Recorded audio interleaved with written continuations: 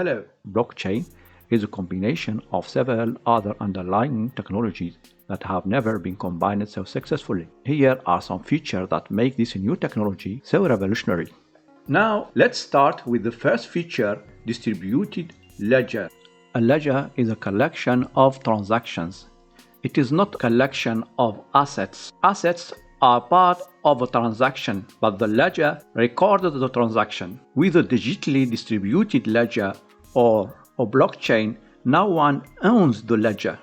The ledger is distributed among participants in the network, all running the same blockchain protocol. It is decentralized in that an identical copy of the ledger exists on every node computer on the network. In 2009, with the publishing of Satoshi Nakamoto's white paper, Bitcoin, a peer-to-peer electronic cash system, Bitcoin became the first application to leverage blockchain technology by recording the first asset transfer on a public blockchain ledger. Now we pass to the next feature, peer-to-peer.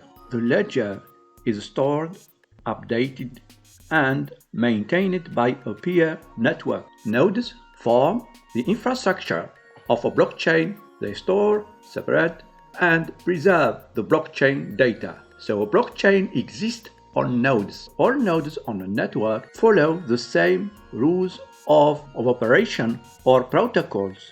With the blockchain technology, a lack of centralized authority is replaced with a peer-to-peer network. Now we pass to transparency. In a blockchain, we can see all the transactions that have occurred on the shared or distributed ledger. A blockchain stores detail of every transaction that occurred since the first transfer. The first transfer, along with some system information that we will discuss later, becomes the first block in our chain and is referred to as the Genesis block. Since every node shares a copy of the agreed upon ledger, there is no friction about the transaction. Everyone has the same agreed upon copy. Centralized systems are not transparent. The information about the ledger is controlled by one authority.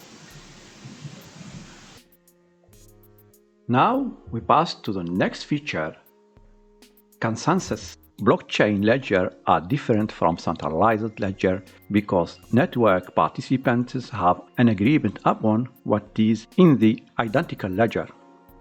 In order for the blocks to be added, all the nodes in the system come to agree as to what transactions are accurate and should be added to the chain of blocks. Since there is no central authority telling the nodes which transactions are valid, a new way to reach agreement or come to consensus is needed. The way in which each blockchain comes to consensus is built into the protocol. They are the rules built into the code that determine how the nodes will add ledger transactions.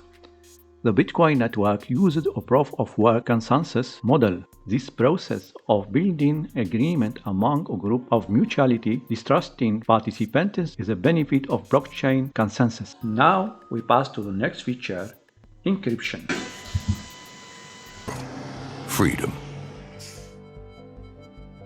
With the growth of the internet, it became necessary for everyone to have access to strong encryption. Cryptography is the art of scrambling information to make it unintelligible except to those that have the right key to unscramble it. So governments formed their opinion about cryptography as a consequence of how pivotal it was to the outcome of World War II. The government regarded it as a munition and restricted its export.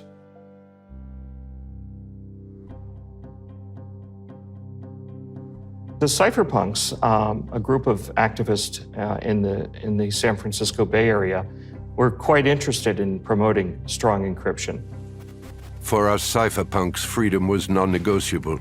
We valued it above all else. It was what we were fighting for. In his '93 manifesto, Eric Hughes said it all.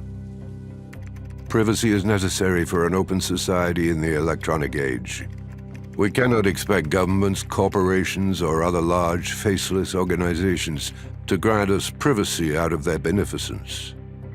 Cypherpunks write code. We know that someone has to write software to defend privacy, and we're going to write it. They believe that true human expression is really only possible when you can protect your anonymity.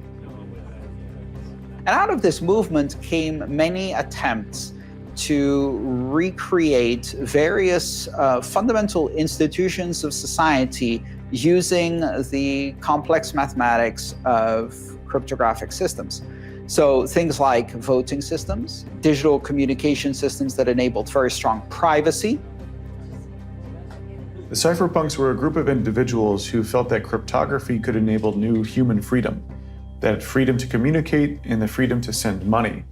And there were many different versions or ideas behind like digital cash. I've got to send something for my mom's birthday. I'll then book plane tickets for our trip next week, and my kids got to go to the library to look up dinosaurs. Hey, we can take care of all that before we go. Yeah, right. Oh, with America Online. America Online can do all that? If you can control people's money, you can control every aspect of their life. If you can surveil people's money, then you know everything you need to know about them. How about sending your mom some nice flowers? All you do is click on Marketplace, we place an order. And it's so easy. All you do is point, click. America Online, a new way to use your computer to communicate, have fun, and get instant news and information. A giant virtual supermarket. That was the web we were being promised. But we thought of exchange as something else entirely.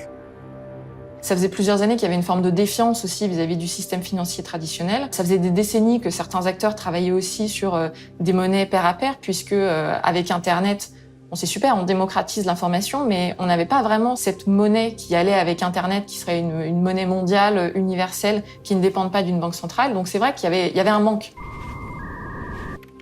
Whoever controls exchange controls freedom.